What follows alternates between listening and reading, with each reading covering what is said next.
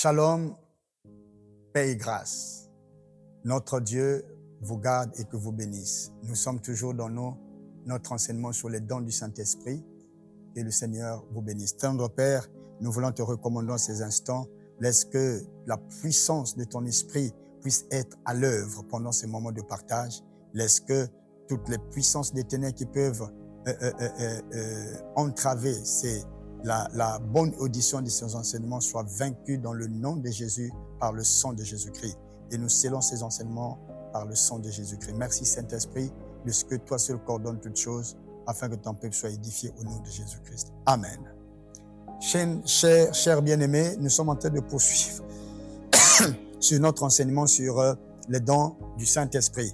Nous étions arrêtés sur le don de discernement des esprits. Nous disons autrefois que le discernement des esprits opère de manière différente suivant la grâce que Dieu a répartie, a donnée à chacun de nous et suivant le niveau de foi et de la consécration des uns et des autres. Donc, vous allez constater, certaines personnes, ils sentent des sensations dans leur corps. Et donc, ce qu'ils ressentent, ils prédisent cela. Est-ce qu'il y a quelqu'un qui a tel mal, telle douleur, telle chose? Et lorsqu'il libère ça, lui-même, la personne dit oui, c'est moi, j'ai telle douleur.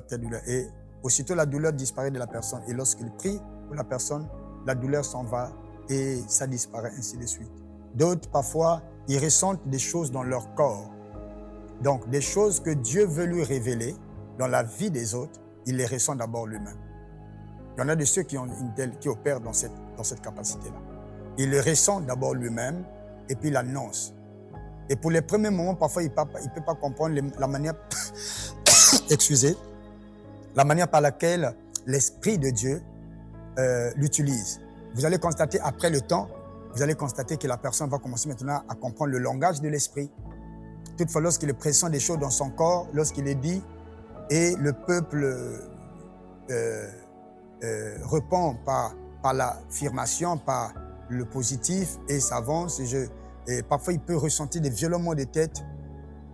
Après, ça s'arrête. Il dit, il y a quelqu'un dans la salle, ou à tel endroit, et à ma gauche ou à ma droite, il y a quelqu'un qui a un mal de tête, violent. Et parfois, la personne lui dit, me voici. Ou un mal au niveau des articulations, au niveau des dos, au niveau de la colonne vertébrale, au niveau des reins. Donc, tout dépendra. Et par un premier moment, parfois, la personne va tâtonner, mais lorsqu'il va commencer à comprendre le langage de l'esprit dans son corps, et vous allez constater, il va commencer à opérer avec liberté. Vous allez dire, waouh, quelle précision. Ce sont des choses, avant qu'il l'annonce, Dieu les fait ressentir d'abord dans son corps. Et donc, n'oubliez pas, l'esprit de l'erreur trompe plusieurs par manque de connaissance de la parole de Dieu, par ignorance et par aveuglement spirituel, par manipulation des faux prophètes. N'oubliez pas, je dis autrefois que l'esprit de l'erreur imite aussi le Saint-Esprit. Donc, que Dieu vraiment nous aide afin que nous ne tombons pas dans le piège de l'ennemi. Que la grâce du Seigneur soit avec vous. Et donc, le don de discernement vous aide à détecter la nature de l'esprit qui est derrière cette manifestation, qui est derrière cette opération, qui est derrière cette action. Le don de discernement vous donne la capacité à connaître la nature des choses, à connaître la source d'où provient la révélation, la source d'où provient ces choses. Il vous révèle la source et la nature même. Nous avons besoin dans ce temps de la fin du don de discernement des esprits pour nous mettre à l'abri de l'erreur et de la tromperie de l'ennemi. Amen. Nous avons aussi le don de révélation qui est le don de parole de connaissance. Qu'est-ce que le don de parole de connaissance? C'est une capacité surnaturelle à connaître le passé, le présent ou l'avenir de quelqu'un. Donc, la parole de connaissance vous donne une information dans la vie de quelqu'un, vous donne une information que vous ne connaissez pas de manière naturelle, il vous donne une information soit dans le passé ou dans le présent ou dans le futur. Donc, le don de révélation, c'est avoir la révélation des choses qui se sont déroulées dans le passé ou connaître les événements présents ou les événements qui vont se dérouler dans l'avenir. Donc, le Saint-Esprit vous donne des informations sur la vie, des informations sur les événements, sur des faits. Dans la parole de connaissance, c'est une capacité de Dieu de connaître les choses cachées, à connaître les choses ou les événements de la vie. La parole de connaissance fait partie de l'omniprésence de Dieu. Ah oui, la parole de connaissance fait partie de l'omniprésence de Dieu et de l'omniscience. J'allais dire, de l'omniscience de Dieu, excusez, de l'omniscience de Dieu. La parole de Dieu montre que Dieu connaît tout et sait tout. Et donc, il nous donne une partie de cette capacité pour que nous connaissions les choses ou les événements de la vie. Que Dieu nous fasse grâce, qu'il nous donne le don de révélation à connaître les choses cachées. Car c'est un grand avantage avoir la révélation des choses cachées. Que Dieu nous bénisse. Nous allons passer au troisième groupe, le groupe des dons des langues. Ce sont des dons qui révèlent la grandeur des mystères de Dieu.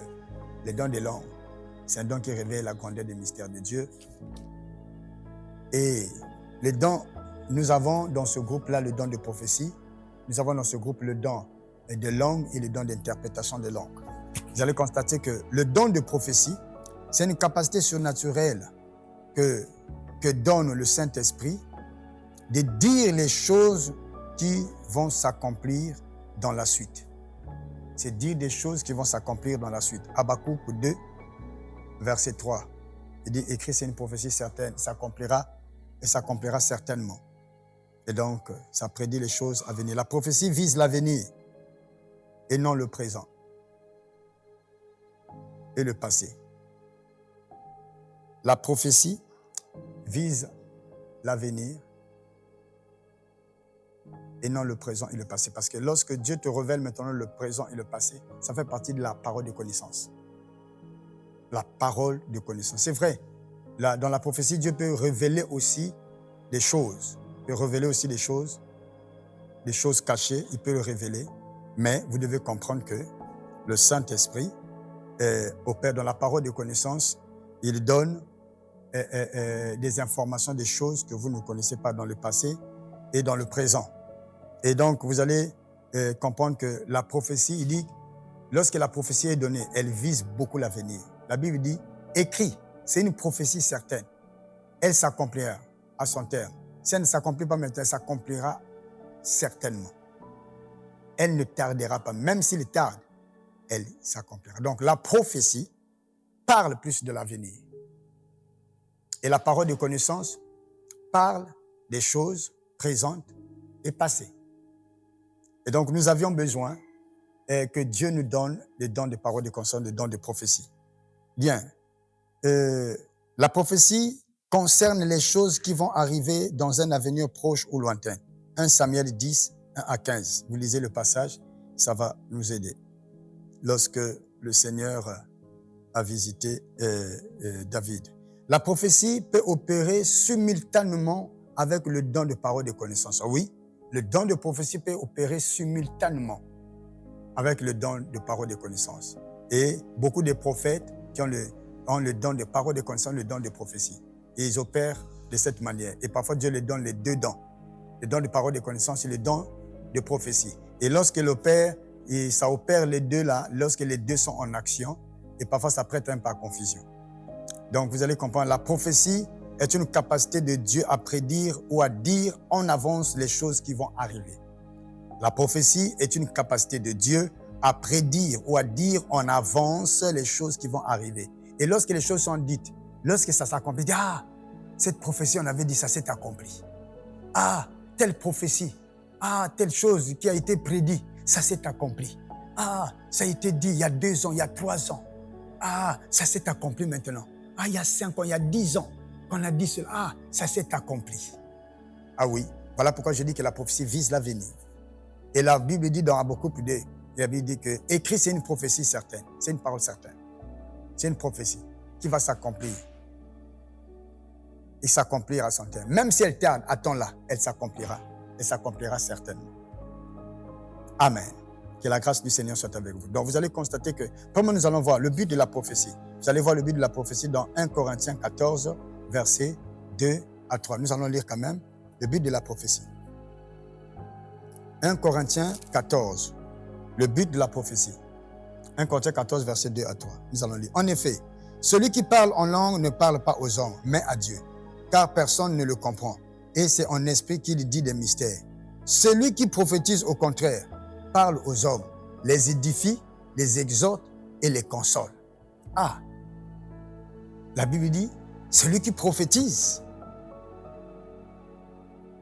parle aux hommes, les édifie, les exhorte et les console.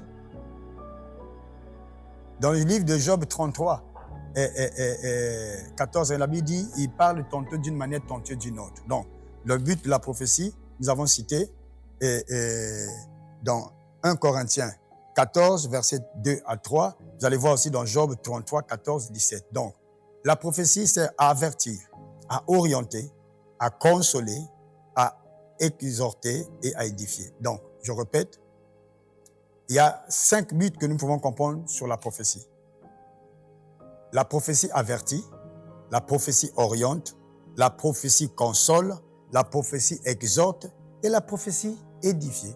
Voilà les 5 éléments que nous pouvons faire ressortir dans le but de la prophétie. Vous allez constater aussi, la prophétie opère à 3 niveaux dans les songes ou rêves. La prophétie opère dans 3 niveaux, dans les songes ou dans les rêves. 1. Dans des visions nocturnes ou des visions du jour, parce que les visions ne sont pas seulement nocturnes. Nocturnes ici, c'est la nuit. Ce n'est pas seulement la nuit, mais même le jour, le Seigneur peut donner. Dans des visions nocturnes ou des visions du jour. Par voix audible et par voix intérieure ou par la langue. La langue des hommes, bien entendu, la langue des hommes ou des anges. Donc, la prophétie opère à 3 niveaux, dans les songes et dans les rêves. Donc, premièrement, dans des visions nocturnes ou des visions du jour, par voix audible ou par voix intérieure ou des langues. Les dons des langues. Vous allez voir les dons des langues. Les dons des langues, c'est une capacité surnaturelle à parler des langues inconnues des hommes. Acte 2, 6 à 10, Acte 10, 44 à 46. Vous allez constater que c'est une capacité de parler la langue maternelle d'un autre peuple. Donc, vous allez constater que c'est à 2 niveaux. Donc, les dons de langue peuvent opérer dans des langues inconnues des hommes. Elle peut tout aussi opérer dans les langues connues des hommes. Mais toi qui parles cette langue, tu ne connais pas, tu ne comprends pas. C'est ce qui s'est passé dans Acte 2, 6 à 10. Acte 10, 44 à 46. Donc, vous parlez en langue chinoise, mais vous ne connaissez pas que vous parlez chinois. Vous parlez en langue arabe, mais vous ne savez pas que vous parlez arabe. Mais vous pouvez aussi parler la langue des anges. Vous pouvez parler une langue inconnue, des langues des anges. Et ça demande l'interprétation. Que le Saint-Esprit t'ouvre l'esprit pour comprendre la langue des anges. Et donc, la langue des hommes, si dans la salle, vous avez quelqu'un qui comprend l'anglais, la personne qui est en train de parler en langue, il parle dans une langue anglaise. Et personne dans la salle ne comprend l'anglais, mais il y a quelqu'un dans la salle qui peut comprendre l'anglais, il peut interpréter. Il parle une langue des Indiens. Mais dans la salle, parfois, il y a quelqu'un qui comprend la langue des Indiens, il peut interpréter. Mais lorsque ce sont des langues des anges, ça demande une interprétation intelligible de l'esprit pour que vous interprétez. Donc, c'est une capacité de parler la langue maternelle d'un autre peuple. Ça, c'est lorsque vous parlez la langue des anges. Le don de langue est différent du parler en langue, qui est un signe du baptême du Saint-Esprit. Je répète, le don de langue est différent du parler en langue, qui est un signe du baptême du Saint-Esprit ou de la plénitude du Saint-Esprit. 1 Corinthiens 14, 2 à 4. 2 et 4, vous allez lire ça. Et vous allez constater qu'on peut donner la prophétie en langue mystérieuse, mais il faut l'interprétation. C'est-à-dire, une personne qui est en train de parler une langue des anges, il dit il balbutie là, il dit des choses, mais ça là, tu ne peux pas interpréter ça. Il faudrait que celui qui est capable d'interpréter ça, il faudrait que le Saint-Esprit lui ouvre les oreilles spirituelles. Et au lieu d'écouter les bababa, rababa, zondo, kotokoshike, baba, et il n'entend pas ça. Il entend une langue bien coordonner, ordonner. Et il comprendra mieux. C'est un code céleste. Et même le diable, Satan, même s'il a ses langues à lui, mais la langue des anges, là, il ne peut pas comprendre. Parce que là, c'est le code direct de communication entre Dieu et son peuple. Et donc, on peut de même donner une prophétie en une langue parlée ou comprise par les autres peuples ou une personne. Donc, vous pouvez donner une prophétie en une langue. Je vais prendre un exemple. Vous êtes parfois un Gabonais. Vous ne parlez jamais lingala. Mais le Saint-Esprit vous saisit, vous donnez une prophétie en lingala. Mais s'il y a un Congolais là, qui comprend le lingala, qui connaît le lingala, il peut bien interpréter. Vous êtes français. Mais vous donnez une prophétie, une révélation en Swahili. Vous-même, vous pensez que vous êtes en train de dire des mystères. Mais il y a un Swahili qui est là, qui peut comprendre le Swahili et qui peut interpréter. Ah oui. Et c'est ça, ce que les apôtres ont vécu, une telle expérience. Donc, Dieu est capable de le faire. Et c'est par là que nous avons besoin, et dans l'Église. Maintenant, lorsque quelqu'un parle une langue des anges et il n'y a personne pour interpréter, vous devez prier pour que toi-même Dieu te donne l'interprétation ou prier que Dieu donne dans l'assemblée quelqu'un qui est capable d'interpréter. Et ça, voilà pourquoi nous avons besoin des dons d'interprétation. C'est là où nous allons passer le don d'interprétation des langues. Vous allez voir dans 1 Corinthiens 14, 13 à 14. C'est une capacité surnaturelle à comprendre une langue mystérieuse. 1 Corinthiens 14, verset 2. C'est une capacité à comprendre une langue mystérieuse. Une langue mystérieuse. Et donc, c'est une capacité surnaturelle à comprendre et à interpréter la langue de l'esprit. Dieu te donne la capacité à interpréter, à comprendre la langue de l'esprit et de l'interpréter aussi. Amen. Bien, voilà un peu ce que nous allons dire, nous avons dit par là. Et nous avons aussi un aspect où nous pouvons parler des visions. La vision, acte 9, 10 à 17, vous voyez Corneille qui a eu une vision. Et Pierre lui-même aussi a eu une vision. Donc vous avez capacité, la vision, c'est une capacité surnaturelle à voir des choses comme Dieu les voit. Donc Dieu peut vous donner une vision. Et c'est une capacité où Dieu vous permet de voir le monde des esprits, de voir le monde des esprits et à voir les choses comme Dieu les voit. Donc c'est une capacité à voir les choses dans le monde des esprits. C'est une capacité surnaturelle que le Saint-Esprit donne à voir dans le monde spirituel les choses cachées, la nature des choses, la réalité spirituelle dans la vie des hommes, ou à voir des réalités spirituelles derrière chaque fait ou chaque événement. Et nous avons aussi un élément qu'on appelle l'audition spirituelle. Apocalypse 1, 10 à 12, Apocalypse 2, 7. Vous allez voir, c'est là pour l'apôtre Jean entend des choses. Dieu dit, ce que tu entends écrit là.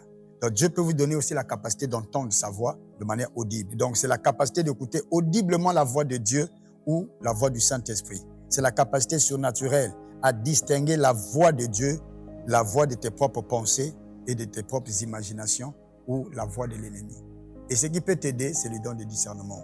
Donc, il y a la voix de notre homme intérieur aussi parle, la voix de nos pensées aussi parle, la voix de nos désirs aussi parle, la voix de nos émotions aussi parle et la voix de l'ennemi aussi parle. Et ces voix-là sont différentes de la voix de Dieu que tu peux écouter à l'intérieur de toi ou la voix de Dieu que tu peux écouter audiblement avec tes oreilles. Chers bien-aimés, voilà en bref, comme nous l'avons dit au commencement, que nous allons être brefs et ne pas creuser trop à cause du temps qui nous est imparti. Voilà, nous avons besoin que le Saint-Esprit nous parle. Le Saint-Esprit nous équipe de ses dons et nous donne ses capacités pour que nous soyons des serviteurs de Dieu, des servantes de Dieu, des instruments entre les mains de Dieu pour servir Dieu efficacement dans ce monde des ténèbres, dans ce monde obscur, dans ce monde où le diable prête à confusion dans tout ce qu'il fait et dans ce monde où le diable s'est infiltré pour induire le peuple de Dieu en erreur. Nous avons besoin du don du Saint-Esprit, du don de discernement des esprits, des dons de puissance, des dons des langues et les dons des révélations. L'Église a besoin de ces dons. Que la bénédiction du Très-Haut, la grâce de notre Seigneur Jésus-Christ, la communion du Saint-Esprit soit avec vous. Que Dieu vous aide, que Dieu nous aide, que Dieu vous bénisse. Amen.